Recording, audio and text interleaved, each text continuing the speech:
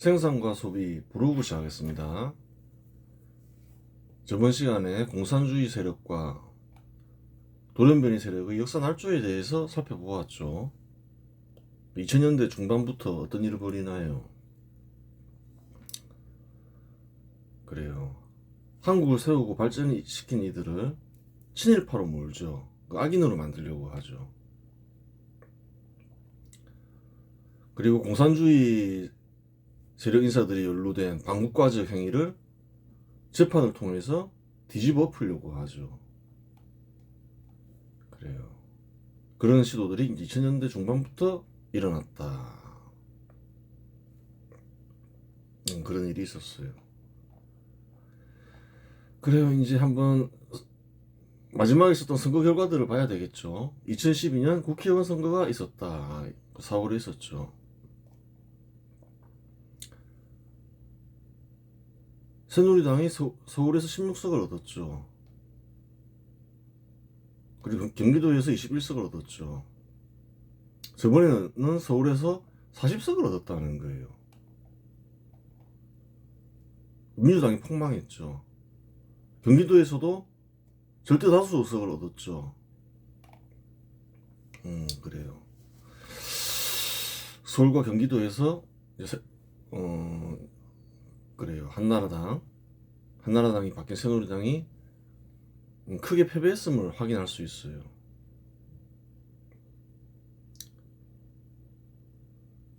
그래요. 지금은 어떤가요? 현 시대에서. 서울과 수도권은 민주당의 텃밭처럼 여겨지죠. 그렇지 않다는 거예요. 수십 년간의 역사를 보면 대부분의 선거에서 근대국가 수립 세력계 정당이 대부분 다 이겼다는 거예요. 통상적으로는 이기는 횟수가 다수라는 거죠. 훨씬 많다는 거죠.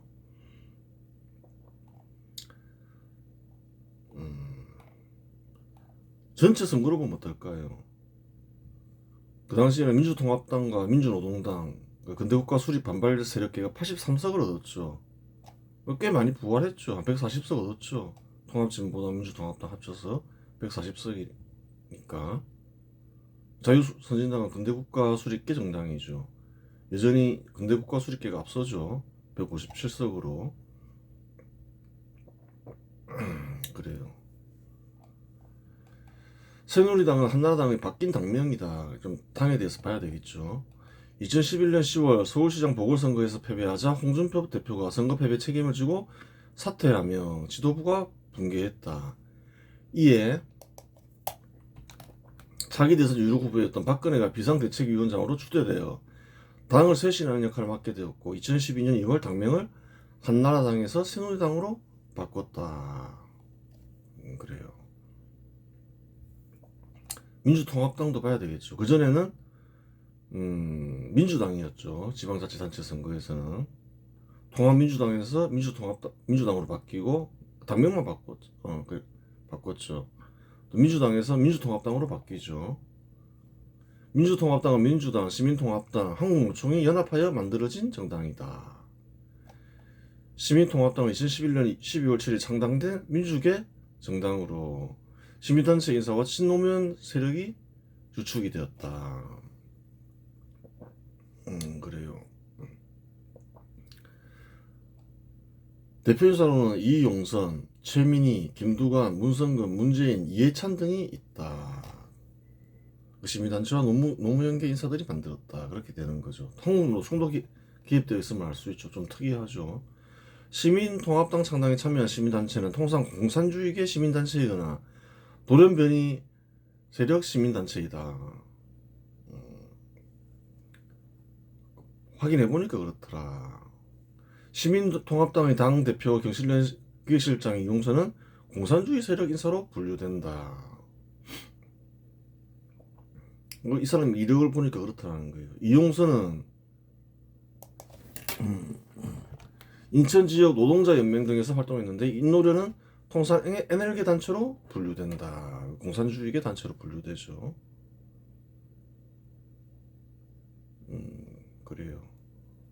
또 이용소는 학생운동을 한 것으로 알려져 있죠.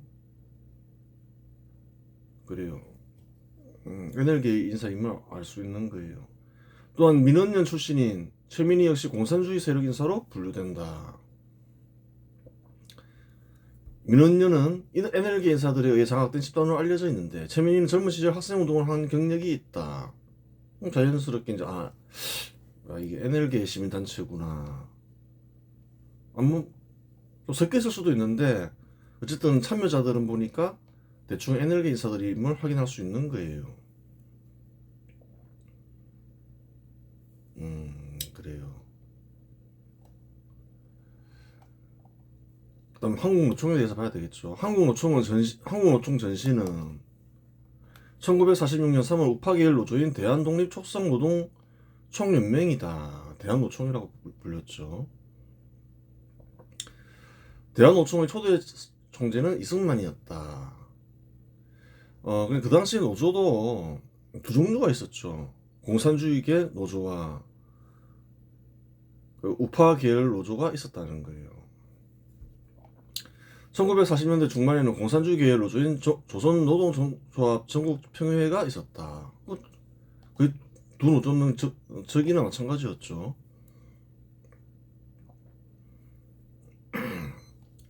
세월의 흐름에 따라 한국노총은 껍데기 세력이 되어 새누리당에도 참여하고 민주당에도 참여하는 단체가 되었다. 새누리당에도 한국노총 출신 인사들이 있었죠. 대표 인사로는 이미자와 김성태가 있다. 그래요. 이당 저당 참여하더라. 그래, 뭔가 이익을 보장하면 참여하겠죠. 특별한 신념이 없는 단체죠. 그러니까 껍데기 세력이라고 하는 거예요. 한국노총 간부들은 조직과 상징성을 대가로 공천을 받았다. 대표이사로는 한국노총 부위원장 이용덕과 한국노총 정책본부장 어기구가 있다. 한국노총과 연합하면 근로자를 위한 정당임을 부각시킬 수 있다. 그러니까 이제 정당 입장에서는 그래요. 근로자의 지지를 얻기 위해서 이렇게 연대할 수가 있는 거죠.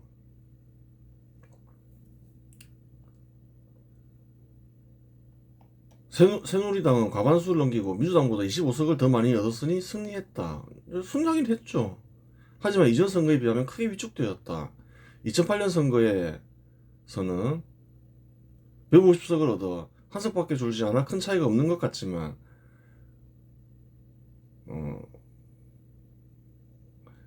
2008년 선거에서는 복당한 박근혜 기사들 26명을 포함하여 179석을 얻었기 때문이다. 2008년보다 한 석이 줄었다는 거예요. 2008년에는 이제 153석을 얻었죠. 근데 이제 그때는 분열해서 선거가 치러졌죠. 박근혜계와 한나라당. 근데 박근혜계는 복당을 했잖아요. 합치면 179석에 이르렀다는 거예요. 정당이 많이 위축된 거죠. 결과를 분석하면 서울과 경기도에서 한나라당이 크게 위축되었음을 확인할 수 있다고 확인했죠. 2008년 서울에서 40석을 얻었는데 2012년 선거에서는 16석을 얻었다. 2008년 경기도에서 32석을 얻었는데 2012년 선거에서는 21석을 얻었다. 대폭 축소됐죠. 서울에서 오히려 대패해버렸죠. 그전엔 대승했잖아요. 40석을 얻으면서. 민주당보다 더 큰 대승을 했잖아요. 근데 대패해버렸다는 거예요. 경기도에서도 압승을 했는데 대패해버렸죠. 그래요. 이 효과가 2020년대까지 계속 이어지죠. 노무현이 엉터리 지역정책, 반시장적 부동산 정책을 폐기하지 않은 효과가 지금까지 이어진다고 보면 되는 거예요. 노무현이 엉터리 정책을 실시하면서 대패했죠. 그때는 좋았죠. 근데 노무현의 정책들을 계승한 결과가 어떻게 됐나요? 오히려 민주당이 더 유리해져 버린 거죠. 그 후유증이 굉장히 큰 거예요. 그때 폐기했어야 되는데.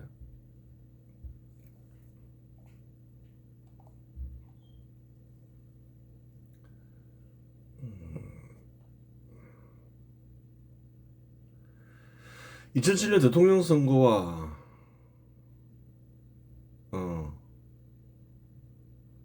2008년 국회의원 선거에서 절대다수의 수도권 유권자가 민주당을 철저히 패배시키고 한나라당을 압승시키는 이유는 무엇인가? 무엇이었던 것 같냐는 거예요. 그때 눈에 띄는 수도와 연관된 정책은 두 가지가 있었다.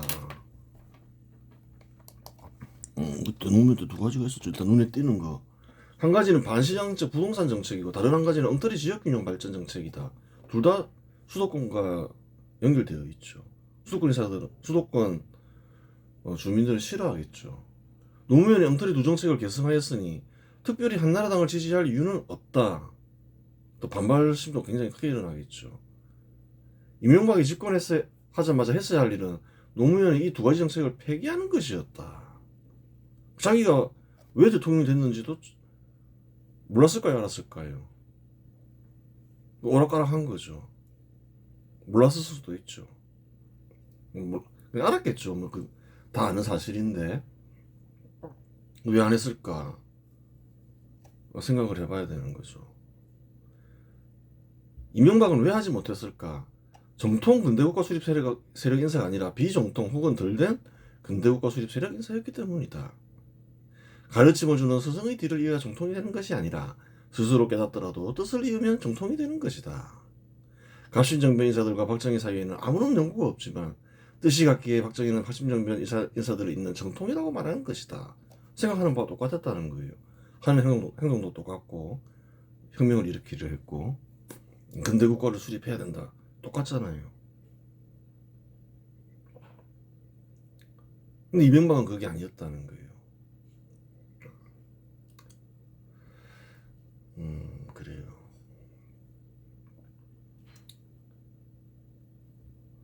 정통은 뭔가요? 확고한 원칙을 가진 사람이죠. 내가 반드시 근대국가를 수립해야 되겠어. 그러기 위해서는 뭘 해야 돼. 정확하게 알고 확고한 신념을 가지고 있어야 되는 거죠. 반시장적 정책은 이런 건 용납이 안 되는 거죠. 또 지역균형 발전 이런 것도 용납이 안 되는 거죠. 근데 그걸 끊지를 못했다는 거예요. 이명박이. 지역균형 발전은 엉터리 지역균형 발전은 끊으려 했죠. 근데 뭐 강하게 추진하지 못했죠. 이 두 가지는 집권하자마자 했어야 될 일들이라는 거예요.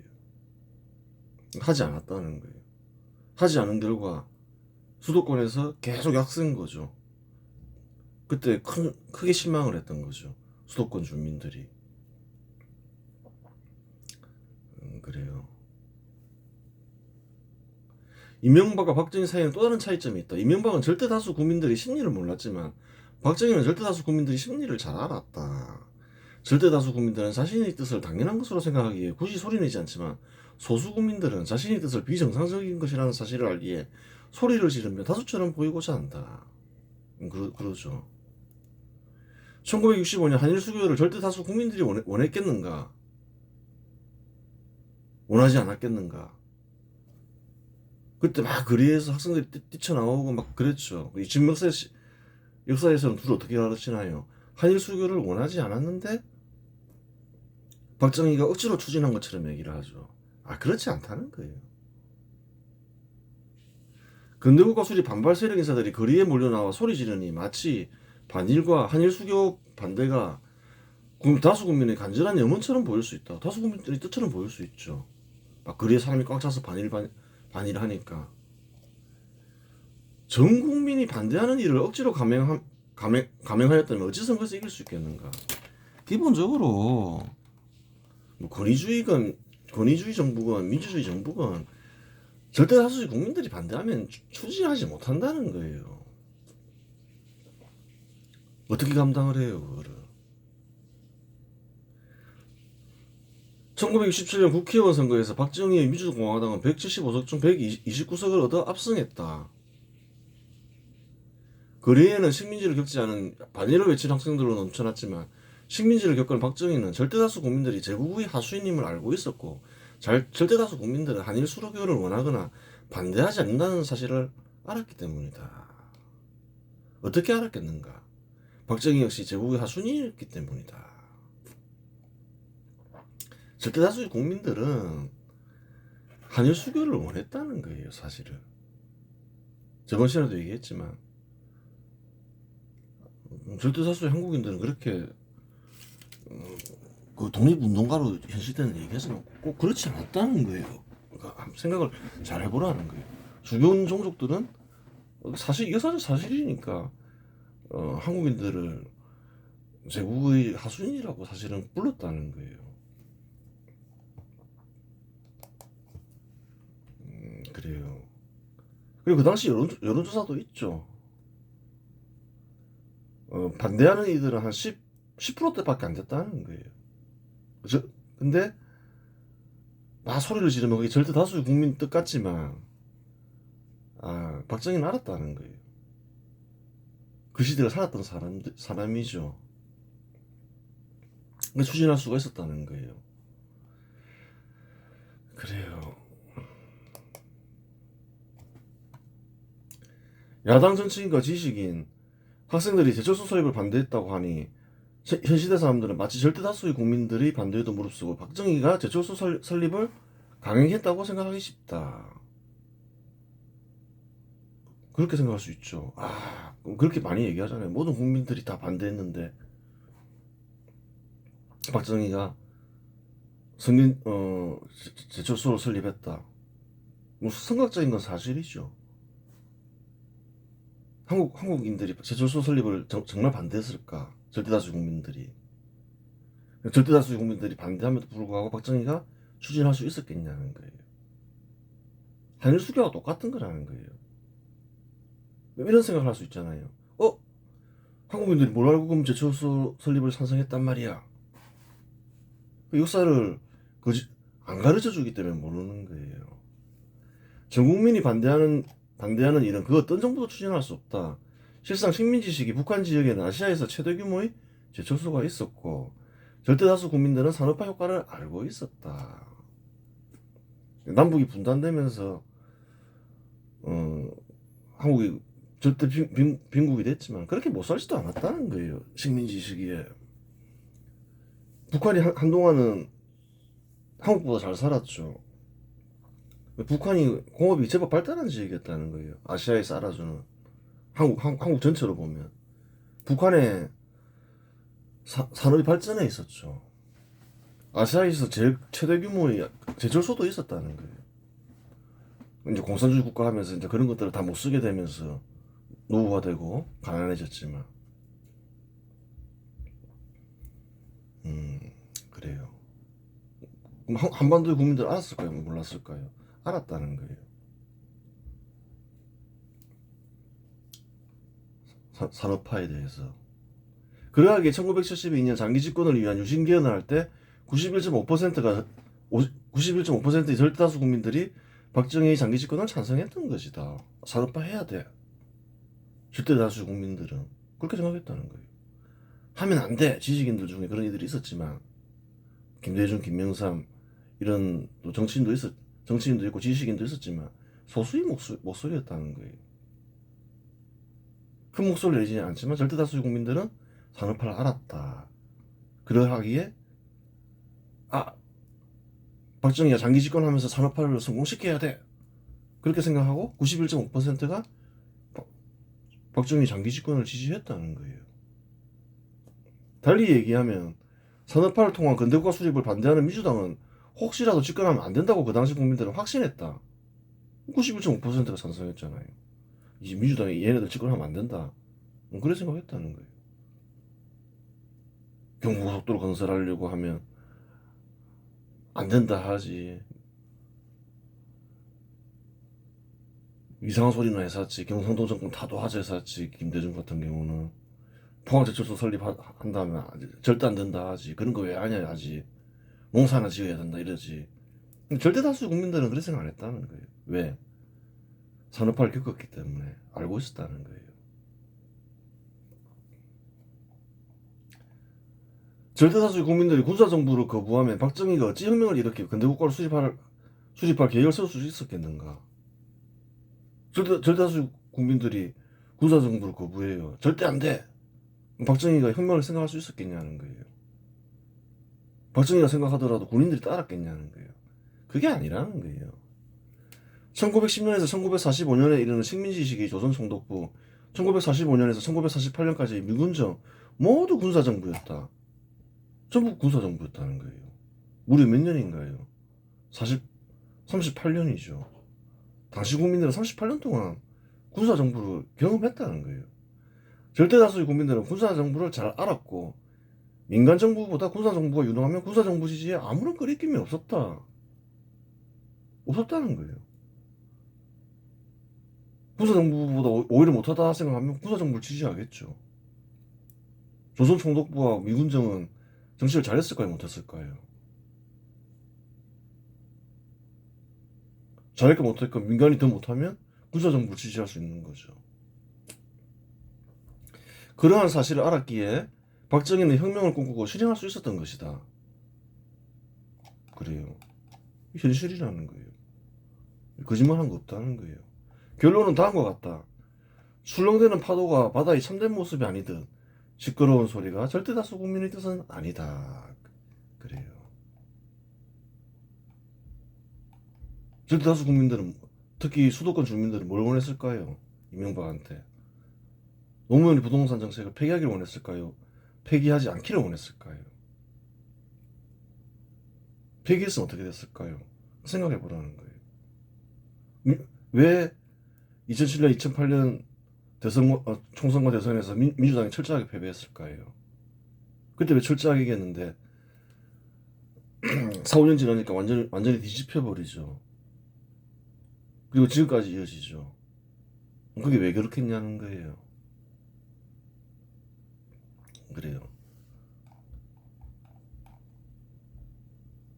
출렁대는 파도가 바다의 참된 모습이 아니라는 거예요. 시끄러운 소리가 절대다수 국민의 뜻이 아니라는 거예요. 막 시끄럽게 하죠, 뭐. 아예 개혁하겠다면 막 불로소득이니 어떻게 불로소득을 얻게 해줄 수 있냐, 왜 개발을 하냐.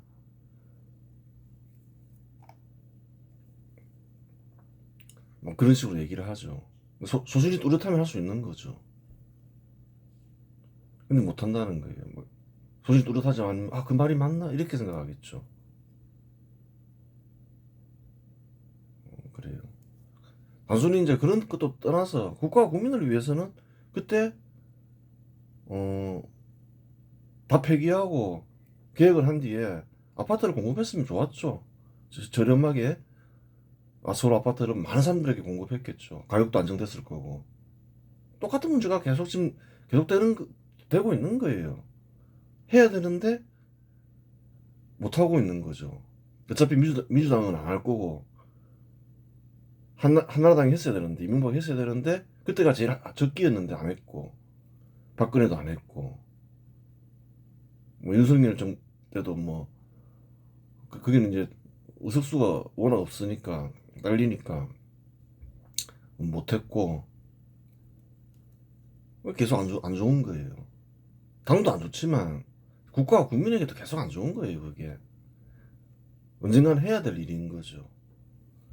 이번 시간에서 마치겠습니다.